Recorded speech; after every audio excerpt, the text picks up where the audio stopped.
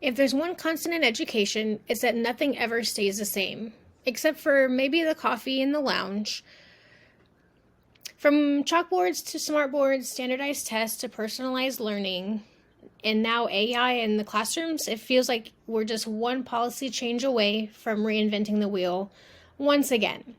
But here's the twist. As the landscape shifts, so does our opportunity to lead. In this ever-evolving world of acronyms, apps, and aha moments, educational leaders aren't just keeping up, we're setting the pace. This is Amy Esparza again, aspiring leader and doctoral student. And the goal of this post is to report on some qualitative research that I have read and the connection that I would like to make between the articles and how we as educational leaders can expand our impact as the world of education continues to evolve. I'm going to cover how educational leaders should be strong instructional leaders for teachers, how we need to be aware of all the technological changes as they're coming up, and how to make good and timely decisions. I feel like if we can do these things as educational leaders, we will be able to best support the teachers in our schools. So the district that I've been in for the last 13 years now, and when I think about when I started as a teacher, the way that instructional coaching looks has changed drastically. When I first started, I feel like when people came into the room to do an instructional walk, there wasn't a big emphasis on the conversation that happened after. I feel like somebody would come in, they would do the instructional walk, and we would meet in their office afterward, and then I was just given feedback. There was no real coaching. It was more like, so what do you think you should do? And I never felt like anybody was ever trying to grow me. And so I feel like the difference is now is that we are trying to grow teachers. And so the way that leadership is representing themselves now and the culture that we create has changed drastically. So in the first article by Cooldoos, and I'm probably not saying the name correctly, he speaks on the impact that educational leaders have not only on their campus, but what they can have on their student outcomes. I'm going to go ahead and quote this directly from the text. He says that effective educational leadership has a profound impact on the educational environment and the outcomes achieved by students. By providing strategic direction, fostering a positive school culture, and implementing instructional best practices, educational leaders create an environment that nurtures learning, supports student achievement, and enhances overall educational quality. To me, that's a huge job. As a literacy coach, that I have a huge job when it comes to going into classrooms and supporting teachers. And throughout this article, he speaks on how we are not only just the educational leader, but we're instructional leaders. And within the study, they aim to investigate the impact of effective leadership practices on student achievement, the learning environment, and student engagement. So instructional leaders were in teachers' classrooms to coach and provide feedback. A lot of times that's on in the moment feedback, depending on how the lesson might be going or even the relationship that you have with the teacher. A lot of times teachers may or may not be open to that. But the reason that we're in there is so that we can help to grow those teachers to be their best selves. And by doing that, we're ensuring that all students are receiving quality instruction, which in turn is going to impact those growth outcomes. As educational leaders, we're the ones who set the tone for the campus. That's going to start from the top. We create the culture for students to feel safe and accepted so that they can successfully learn in their learning environment, which is also going to lead to those higher success rates. If we don't make our teachers feel comfortable, then they're not going to be able to make their students feel comfortable, and it's just this domino effect. So when students feel safe in their learning environment, they're more likely to perform better. Educational leaders are going to create a vision that's going to instill this environment where students can learn and grow. As leaders, we should also promote an environment that promotes the collaboration of ideas with teachers and provide opportunities for them to grow as well through professional development. That's another thing that I feel like we have kind of more opportunities for that have come up and have changed a lot in the last 10 to 12 years. You don't see people going to professional, or you didn't see as many people going to professional development 10 or so years ago, and teachers are taking the opportunities to go to that because they're wanting to grow themselves. They're more invested in themselves, whereas before it might not have been the same. But in order to do all of this, it's going to require us as leaders to stay well informed of all of those latest trends and initiatives so that our teachers can take advantage of those opportunities. As education is as it's evolving, we're seeing that impact that growing really is something that teachers are wanting to take advantage of. We're seeing them grow as educators and the effect that can have on student outcomes. And that's really important because that's truly why we're all there. On our campus, we have many teachers that are pursuing their master's degrees and wanting to better themselves. And through all of that, we're going to have a greater impact on student outcomes. So with this qualitative research and knowing all of this information, we can be better informed as we think about how we can best support teachers in our schools and as we're growing in our leadership positions. So in addition to growing ourselves as educators, we also have been impacted in education field with AI. So AI is something that I haven't been too familiar with until I've gotten into this doctoral program. I feel like I've learned much more since being in the program than I did before. There is an article that I did choose, the Gomrawi article, and I'm probably murdering that name as well, but there's lots of pros and cons to teachers using AI as teacher leaders. So in this article, what they did is they reached out to schools who had been using AI in their schools for more than 2 years, and they interviewed different teachers based on the schedule, which I'll show you here.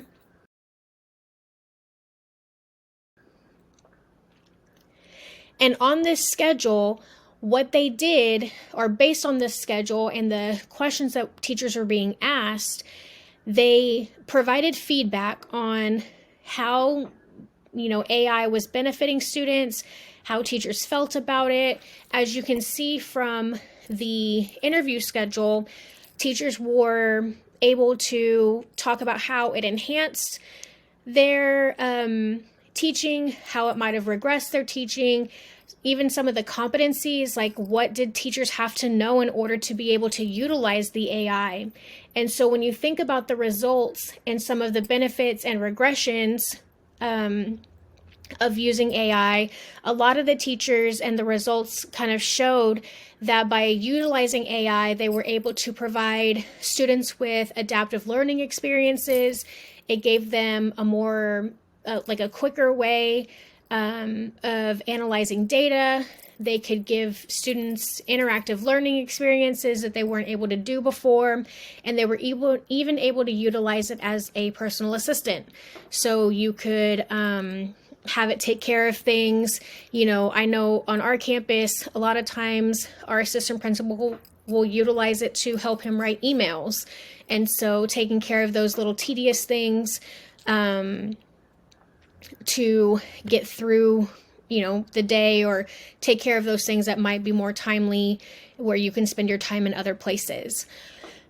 One of the downsides to utilizing AI, and something that came up with the results, is that we become more reliant on technology, which is something that I feel like we've kind of done anyway. Technology is everywhere, even in our interventions in schools and different things like that. And so there's just one of the downsides based on the results. There was a heavy reliance on technology. These results were over 13 participants.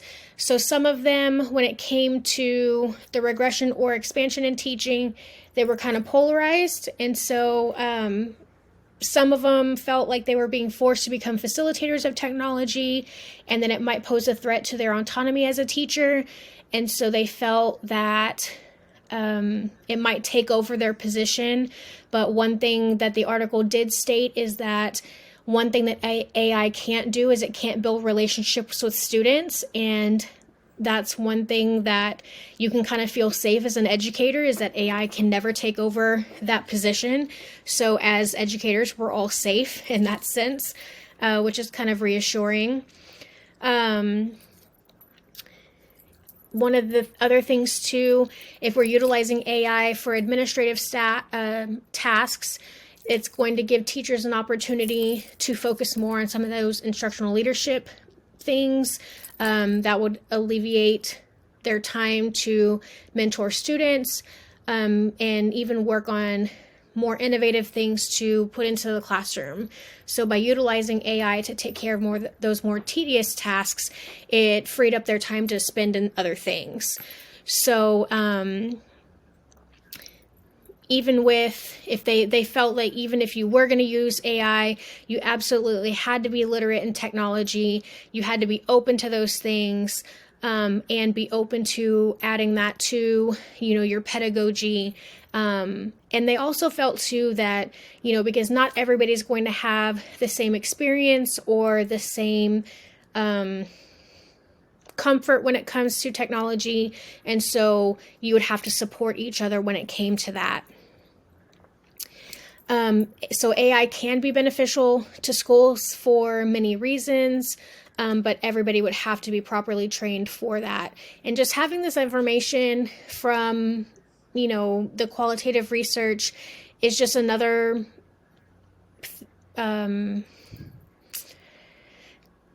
it's just another thing that we can kind of consider as we move into these leadership positions. If it's something that we're very passionate about and something that we want to learn more about and how we can utilize that in our own schools, seeing the benefits and the cons, I feel like knowing more about AI, or knowing more about some of the parts of AI, I feel like that would be something that I would want to learn a little bit more about just to bring in myself. Whereas before I wouldn't have wanted to do that, just because you don't know what you don't know, right? And so when we know more, we do better. And so by learning more about AI and utilizing this type of research, we can ensure that we're still making that great impact on our teachers. And then the final article that I wanted to share with you was about our BICON 2, and this was about good and timely leadership.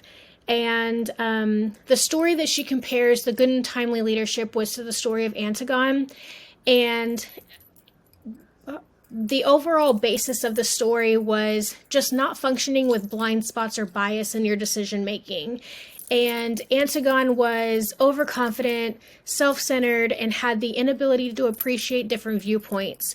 And I think that that's something that you really have to very, very cognizant of as a leader. You don't ever want to treat others as if they don't matter. And I feel like based on the story that was shared, that's kind of what it boiled down to. You don't want to hold those kinds of qualities. And we know this based on all of the theories and things that we've studied throughout the program so far. And that, but sometimes people, when they get this title, although the title doesn't make you a leader, sometimes it does go to people's heads. And it just kind of is what it is. But, we have to be, like I said before, we have to be very cognizant of those things. And it kind of reminded me of the work from Rubin and Gigliotti, where there was a part in the research where it mentioned something about the voices who might be more unexpected.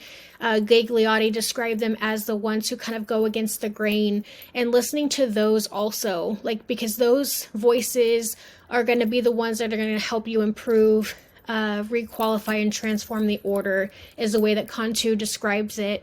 And all of those voices are going to be valuable in your organization, regardless of where it comes from. There's going to be value. And so as leaders, we have to take all voices into account.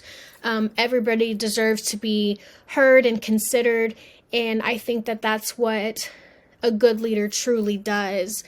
And, based on this research and all the research that I read through, it's just allowing us to be better informed as we are growing as leaders, and it's all just part of that best practice. And so as we are aspiring leaders, we have to be ready to support the teachers as, education continues to change, whether it be through policy like we've seen in the government this year, and just in general. I mean, it's constantly evolving, and in order to do that, we have to be ready to change and evolve as well. It's going to start with us. And based on all of the research that I shared with you, it's going to be with us being strong instructional leaders, being aware of the technological changes that are taking place, and just making good and timely decisions with teachers in mind.